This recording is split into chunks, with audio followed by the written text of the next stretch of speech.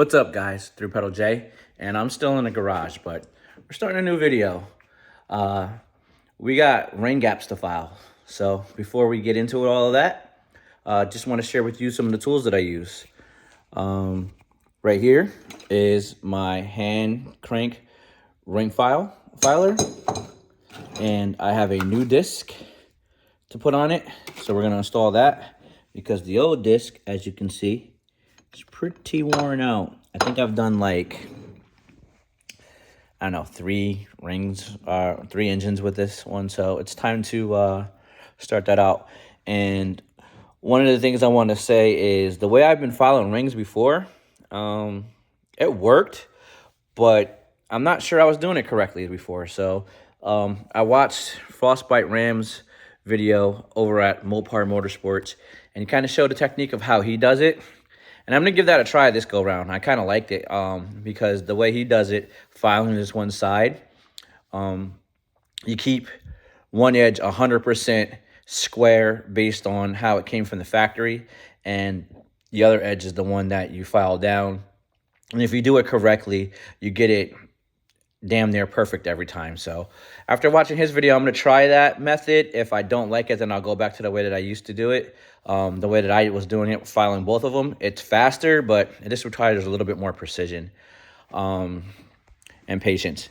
But yeah, we're gonna jump on that. So to begin with, I have the manufacturer's sheet here. I have a set of Hastings piston rings, and they are the correct measurement. They're for a 397 or a 5.7 with a 3917 bore. Mine is a 3937 bore, so it may take a little bit more to take off, but these are a 1.2, a 1.2, and a 3.0. So what that means is the top ring is a 1.2 millimeters, the second ring is 1.2 millimeters, and the third ring is 3.0 millimeters thick. The third ring package. And then the manufacturer's suggested specs for forced induction over 15 pounds, which I fully intend to run, is 0.007 thousandths times the bore space. So I would multiply 0.007 times 3.937, and that'll give me the spacing for the gap that I should run. So for the second ring, they want me to run 0.0075 times the bore. And for the third ring, the oiling ring, it says a minimum gapping of 0.015. So what I want to talk to you guys about is that's very similar to the specs that DSS uses for their piston rings. I have that sheet too. I think DSS piston rings are actually Hastings rings. I haven't opened these up yet, but I'm going to check them out. But I think they probably are Hastings, which would make sense. I mean, there's only so many ring manufacturers out there, so that makes sense. But what I typically do is I typically gap my top and second ring the same. I don't go larger on the second ring. And depending on what my bore, we're going to do the math on it. Depending on what my bore spacing and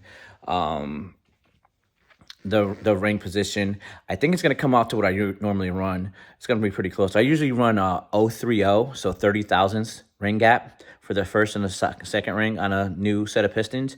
With these guys being 2618 pistons, I'm definitely going to go 0.30 on them. So, but I'm just going to do the math, and then we'll talk about it here in a minute.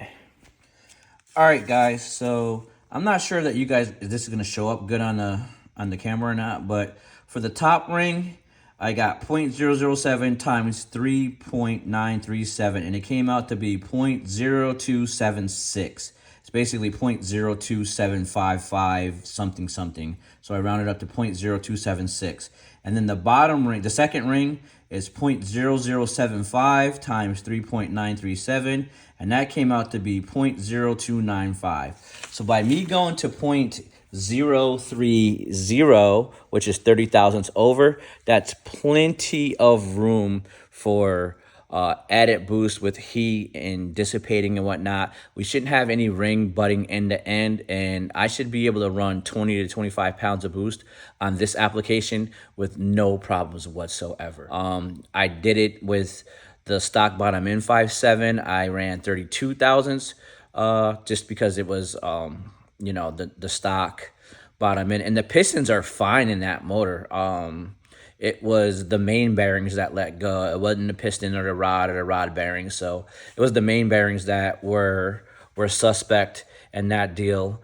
So I didn't change them out. I probably should have did that. But after taking it apart and looking at what did I need to look at, the main bearings failed, not the piston rings. So the heat wasn't an issue in that stock bottom in 5.7. And in fact, I probably am going to just throw a set of main bearings in it and keep that as a spare engine just in case anything happens to this one. So more to come.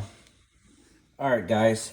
So in order to get this deal swapped out, you just got to unscrew this little end here on here, and that slides out, and then slide this part out. All right, guys, so there's a pin on the top here that you use to pull out here, and then the handle is able to come off. So this one that was in here, that's not the right one to pull. It's this pin right here on the top that you pull. So it's been a minute since I had to change this out. So what we're gonna do is just go ahead and get after it. See if we can get this to open up and we can get it without causing too much riffraff. So yeah, we're already good. It's already opened. All right, so let me see.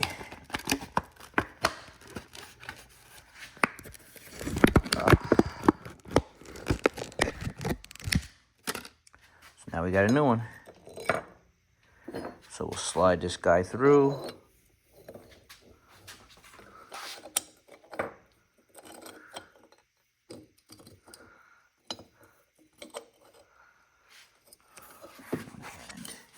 My GoPro died, so I can't use my GoPro no more. There we go. So now we got this guy where it needs to be.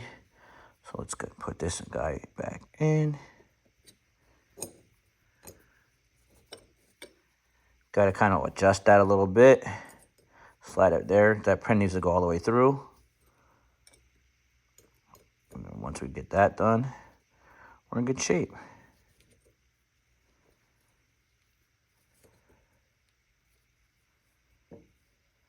Yeah, that's as far down as I need to go. And we can take this still, kind of twist it back on by hand.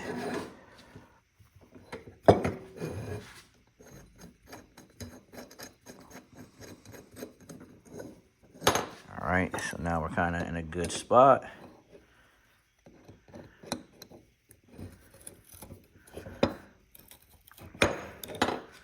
So we're done. Now it's all situated to start filing.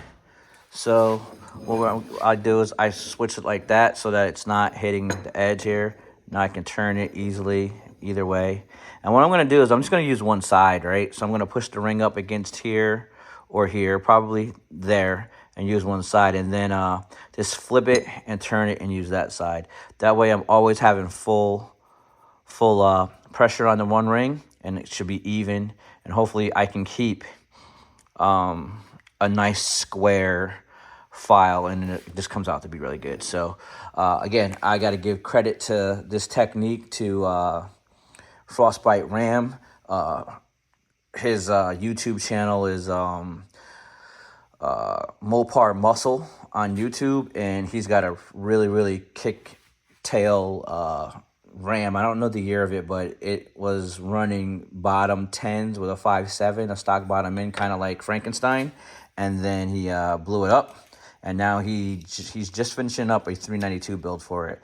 I've been following his build, and I kind of like what he's doing. I've talked to him a couple times on IG, and he's just a really cool guy. So shout out to FrostBite Ram. All right, guys, so I just pulled these rings out of the box, the Hastings box, which is right here. And as you can see, they do an excellent job of making it easy for you to identify which ring is what. So first groove, second groove, third groove. So here's the top ring. So they do just an awesome job. Like I'm really digging this purchase from Hastings. I don't even remember when I ordered them, but I ordered them a while ago when I first got the pistons. And I'm really happy with these rings. It looks like these are gonna be exactly what I need. And they do an excellent job of just making it easy to identify. So shout out to Hastings. All right, guys, so I just read the instructions for these rings, and on these top ones, if you look, you don't see a marking for top or a dot or anything. So what that means is that these particular rings, it doesn't matter which side you install it. So we're just gonna file one side and get it all situated and put it in there. So it can be this side or this side. It doesn't matter. You just gotta make sure that you have it, you know, filed correctly and that it's flush. But then you got the second ring, which has a dot. Let me see. You see that dot right there? Right there's the dot right there where my finger's pointing. So that ring needs to be pointed up at the top, and then it needs to be installed with the dot facing the top part of the piston.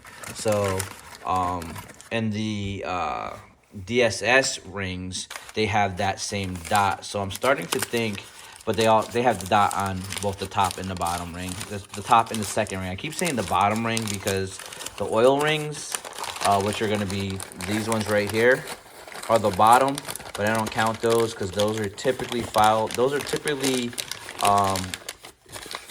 don't have a direction marker. So let's have a look at this one to see if it does or not. But typically these ones don't. And it looks just like the DSS ones. I bet you these are. I bet you Hastings is who makes it. So when I measure these, if they come out to be 15 thousandths perfect on the number, which I don't know, they might not, because this is my bore is a little bit bigger than a 3.917. Those are going to be perfect. And then you have the groove ring right here, so we'll measure all of that. But yeah, I'm gonna get after it with filing, and then we'll go from there. More to come. All right, guys, if you haven't been to my channel before and this is your first time seeing this, I am foul fitting rings, and the way this works is you put the ring in each individual cylinder. So what I do is I've already squared it up. I have an old piston here, and I just take it and put it in here. And then I just go down to like where the bottom ring is, and that's about an inch or so in there. And then what you do is you have to get your gauge feeler here. So I have my gauge feeler out already, and it's on 15 thousandths and 30 thousandths. And the 15 thousandths is for the oil ring, which is already assembled on my piston. So now we're just trying to see if we can get 30 thousandths to work. And we are almost there. Not quite there. It won't quite fit all the way in, but it's super close. It's probably 28 or 29 thousandths. So we got to file it down a little bit more, which I'm going to go do. But I'm not going to do that on camera because it takes two hands and blah, blah, blah, blah, blah, blah, blah. But another thing I want to tell you, I had mentioned earlier that I was going to try the technique that FrostBite Ram did. And I think I like it, because it keeps everything 100% true. As you can see how square that was. So there's no like misguiding. There's no high or low spots in the ring. It's just 100% true to get that file in there. So I think I'm gonna start doing it that way from now on. More to come. Guys, here it is. That is the size that we were looking for.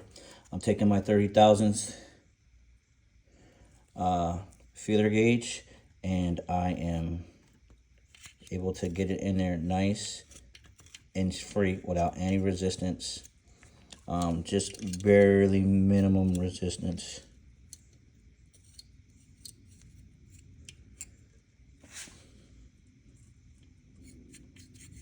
Slides nicely.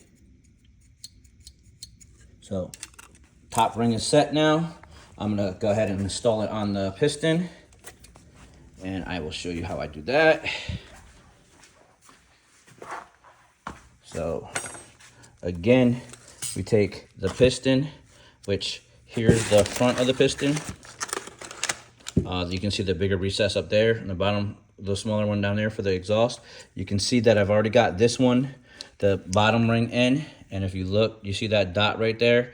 That's supposed to be facing towards the top of the piston, which it is, so it's good to go there. And then the bottom of The oil rings are here, blah, blah, blah. No big deal.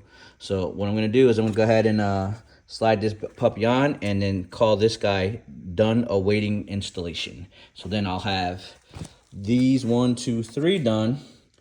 And then I'll do the other 3 on the other side, and I'll have to stop there because unfortunately this ring pack here requires 2 rings per piston, and I'm short 4 rings. I don't know if I dropped it and lost it or whatever, but I had to order last night. I had to order another set of Hastings ring package, which isn't terrible. If something happens and I need to like fix this motor, I'll have rings, but I'm kind of disappointed that I'm in this particular situation. But more to come.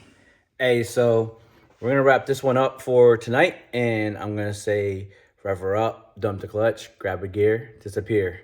Peace.